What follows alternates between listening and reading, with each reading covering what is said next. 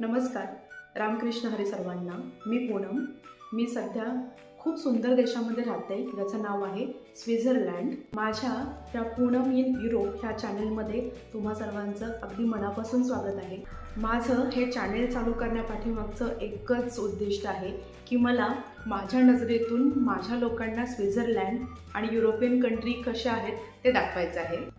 एक मराठी माणूस कुठल्याही शुभ कार्याची सुरुवात ही गणपतीच्या आराधनेने करतो किंवा गणपती बाप्पाच्या दर्शनाने करतो. मलाही असंच काही करायचं होतं, पण युरोपमध्ये गणपती बाप्पा शोधायचे कुठून हा मोठा प्रश्न होता. तर मी पटकन गुगल केलं आणि सर्च केलं हिंदू टेम्पल नियर बाय मी, आणि गेस वॉट, मला खरंच युरोपमध्ये गणपती बाप्पा सापडले. रेडी होऊन लगेचच गणपती बाप्पाच्या दर्शनासाठी निघालो. तर हा आहे माझ्या शहरातला सुंदर व्ह्यू जिथे मी राहते, आणि ट्रामने जाणार होतो. सो आधी ट्रामचं तिकीट काढलं, बाहेरचा व्ह्यू एन्जॉय करत शेवटी अर्ध्या तासांनी मंदिराच्या बाहेर येऊन पोचलो. आणि हे आहे ते हिंदू टेम्पल. आतमध्ये जाऊन खूप प्रसन्न वाटलं.